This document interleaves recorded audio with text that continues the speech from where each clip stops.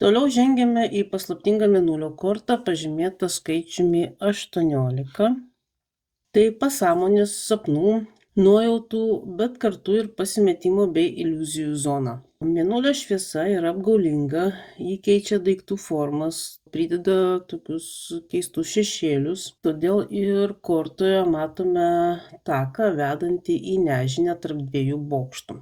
Šuo ir vilkas simbolizuoja mūsų prijaukintą ir laukinę prigimtį, o iš vandens lipantis vėžys giliausias baimes, kylančias iš sielos gelmių. Ši korta sako, kad ne viskas yra taip, kaip atrodo iš pirmo žvilgsnio. Tai metas, kai tave gali kankinti nepagrįstos baimės ir nerimas, kylantis ne iš išorės, o iš vidaus. Mėnulis kviečia pasikliauti ne logiką, o savo intuiciją. Jis moko mus susidraugauti su savo šešėliu ir nebijoti tamsos, nes tik per ją galime pasiekti gilesnį savęs pažinimą. Tai korta apie klaidžiojimą rūke, kol pasirodo saulė.